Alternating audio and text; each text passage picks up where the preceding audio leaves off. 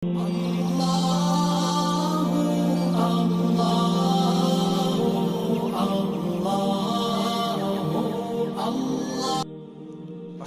अलैकुम नाजरीन, welcome to our YouTube channel know your Islam. आज हम आपको बताने जा रहे हैं तौबा और अल्लाह की रहमत का बहुत ही खूबसूरत वाक़या। अगर आपने अब तक हमारे चैनल को सब्सक्राइब नहीं किया है तो इसे सब्सक्राइब करें और बेल आइकन को प्रेस करें और वीडियो को आखिर तक ज़रूर देखें। तौबा और अल्लाह की रहमत।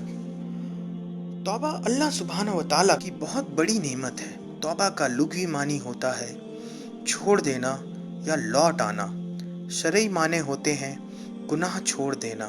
अल्लाह की रहमत इतनी वसी है कि अगर कोई शख्स इतने गुनाह कर ले कि ज़मीन से लेकर आसमान तक भर जाए और वो सच्चे दिल से अल्लाह से तौबा करे, आइंदा वो गुनाह ना करे और किसी का हक मारा है तो वह लौटा दे, तो अल्लाह की रहमत से उम्मीद है कि अल्लाह सुब्हानहू व तआला उसे बख्श देंगे।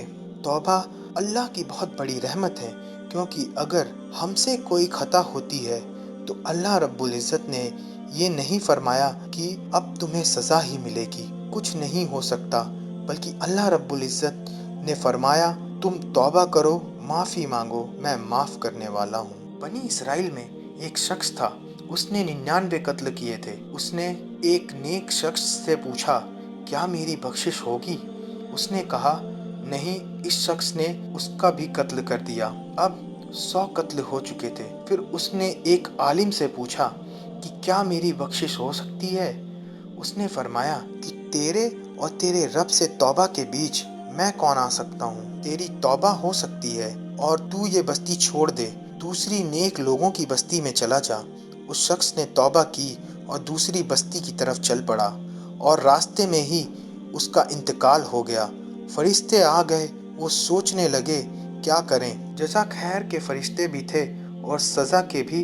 फरिश्तों ने अल्लाह से पूछा। अल्लाह ने कहा कि इसकी दोनों बस्ती से दूरी नापो, अगर नेक बस्ती के करीब है तो बख्शिश और पहले वाली बस्ती के करीब है तो सज़ा।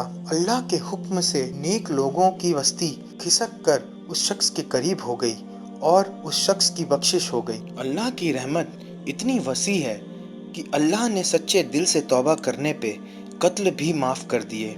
क्या वो अल्लाह हमारी खताओं को माफ़ नहीं फरमाएगा? बिल्कुल माफ़ फरमाएगा। हदीस पाक में अल्लाह की रहमत पर एक और वाक़या आता है, जहाँ फरमाया जाता है कि जब बनी इसराइल का एक शख्स जो कि बहुत नाफरमान था, उसको उसके बस्ती वालों ने धक्के मार कर वहाँ से निकाल दिया। कुछ दिन बीतने के बाद जब उसके पास खाना पीना सब खत्म हो गया और वह मौत के करीब पहुंच गया, तो उसने मदद के लिए पहले अपनी दाईं तरफ देखा तो कोई दिखाई न दिया। फिर उसने अपनी बाईं तरफ देखा तो कोई दिखाई न दिया। उसने फिर ऊपर देखा और बोला, ऐ मेरे रब, जो कभी माफ़ करने से घटता नहीं और कभी सज़ा देने से बढ़ता नहीं, मैंने ज़िंदगी भर तेरी नाफरमानी की है और हर किसी ने मुझे अकेला छोड़ दिया। मैं तुझसे दुआ करता हूँ कि मेरी इस हाल पे तरस खा और मुझे इस हालत में मत छोड़। वो शख्स ये बात दोहराते हुए ही इंतकाल कर गया। अल्लाह ताला मूसा अलैहिस्सलाम से फरमाते हैं कि ऐ मूसा, जंगल में मेरा एक दोस्त मर गया है, जाओ और उसके जनाजे की तैयारी करो और पूरे बस्ती में ऐलान करवा दो कि जो भी उसके जनाजे में शामिल होगा उसको आज मैं बख्श दूंगा। जब लोग जंगल में पहुंचे तो उन्होंने देखा कि ये तो वही शख्स है जिसको उन्होंने बस्ती से निकाल दिया था। जब मूसा अलैहिस्सलाम ने अल्लाह सुब्हानहू व तआला से पूछा कि या खुदा, ये तो नाफरमान था, आपने इसको अपना दोस्त क्यों बताया?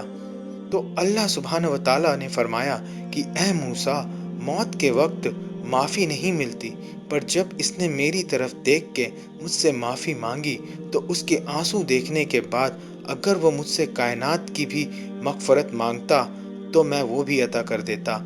इस तरह एक सच्ची तौबा ने उसको क्या मकाम दिलाया, ये आप देख सकते हैं। अल्लाह सुब्हानहू व तआला फरमाते हैं कि ऐ मेरे बंदो, तुम मुझसे मांगो, तुम्हें जितने की ज़रूरत है उससे ज़्यादा मांगो। जब मैं तुम्हें देने में कंजूसी नहीं करता तो तुम मांगने में क्यों करते हो? अल्लाह सुब्हानहू व तआला की रहमत اس کے بندوں کے لیے بے شمار ہے۔ جو جھولی پسارے اس کے پاس گیا ہے، وہ وہاں سے کبھی خالی ہاتھ واپس لوٹ کے نہیں آیا۔ انشاءاللہ العزیز، اللہ سبحانہ و تعالی ہمیں کہنے سننے سے زیادہ عمل کی توفیق دے۔ وآخر الدعوانا الحمدللہ رب العالمین۔